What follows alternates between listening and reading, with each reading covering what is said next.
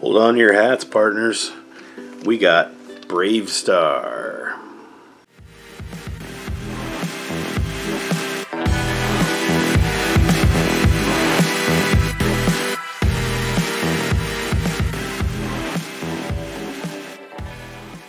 Yeah, Bravestarr was a cartoon series, ran one season, 65 episodes.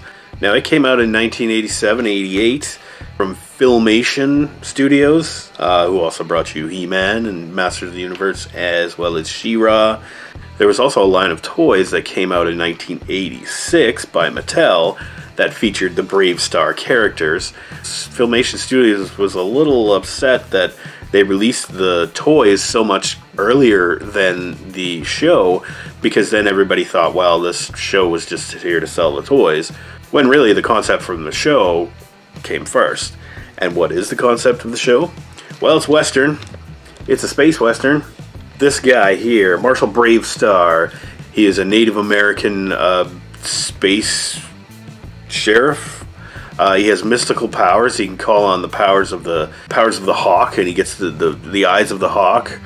He also has the strength of the bear and the speed of the puma. So he has like super speed, super strength. He can hear super long distances, and his horse is an intelligent creature that he still rides him like a horse, but he has the power to transform into like a 7-foot tall talking horseman that shoots a gun, and they banter back and forth, and he's like his deputy and stuff. And I didn't get too much of a sense of the world of Bravestarr from the episode that was on here, because first of all, it says Showdown at Sawtooth. Now that is not the episode that's actually on this tape, even though it says on the tape Showdown at Sawtooth. There's only one episode on here, and it's actually an episode called Unsung Hero. Marshal Bravestarr and his horse companion, whose name is 3030, by the way. 3030, if you're not familiar, is like a shotgun, right? Something like that. I don't know guns too well, but whatever. They're hanging out in the space desert on this planet, and there's like a farmer, and he grows like watermelons or something like that.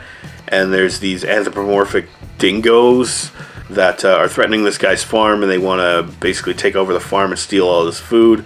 And Bravestarr and his horse come to, defend the farm. And the farmer's got like this son who's really obnoxious and like doesn't believe that his father is a hero because he's a farmer.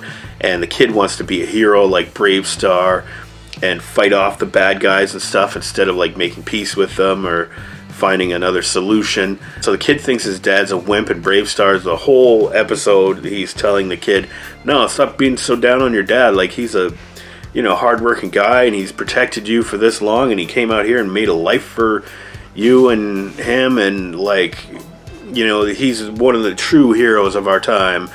Yeah, so by the end of it, the kid realizes that his father really is a hero, and blah. And it's kind of spacey, like they're shooting guns, but they're like laser guns, and talking space horse.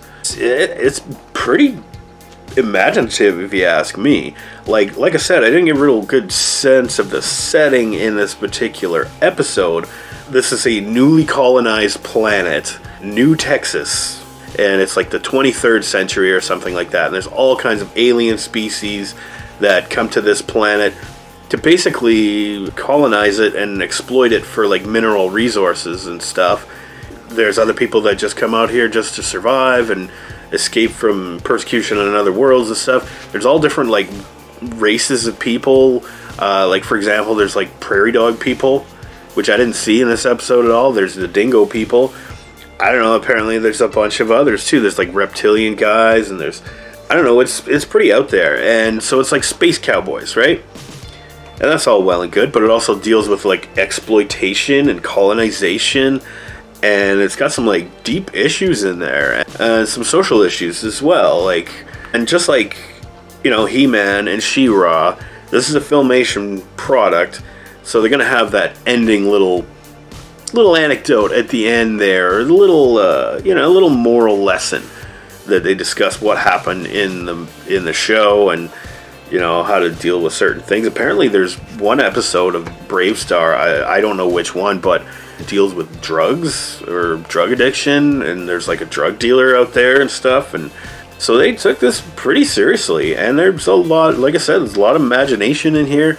The animation it's okay. It's a little bit better than He-Man maybe, but it's about on that level. Yeah, there's lots of lasers and stock sound effects, and actually you even get like a lightsaber sound effect in there at one point. Lasers and aliens, and I like the talking animal people. I thought that was kind of cool, and I've always liked that kind of thing. The bad guys were just like goofballs in this because they weren't really all that bad, and I never saw this when I was a kid. I saw commercials for it, and I saw the toys. I was too old to be buying the toys or really watching the cartoon in 1987. I had other things to do, but I could see if I was in that appropriate age range at the time, I probably would have loved this. I'd probably pick up another one of these VHS tapes if I saw it in the store. I wouldn't pay more than, you know, a couple of bucks maybe, but it was interesting. It was kind of fun. I'd like to find some of the toys. I wonder what those were like. Overall, I'd have to say I did enjoy Bravestarr, but I didn't enjoy it that much that I would go back and watch this one particular episode again, really. I'd have to give it something like a C+. Yeah, C+ because it's decent, but it's not really that good. It's interesting, and it's fun, and it's imaginative. I like the horse. I thought he was pretty funny. Bravestarr himself, he's got superpowers. He's like this noble warrior and everything, and he protects the people, and he's a good guy, and I think it is overall a pretty positive cartoon, but just not really exciting enough to get more than a C+. So until next time, folks, y'all have a good one out there.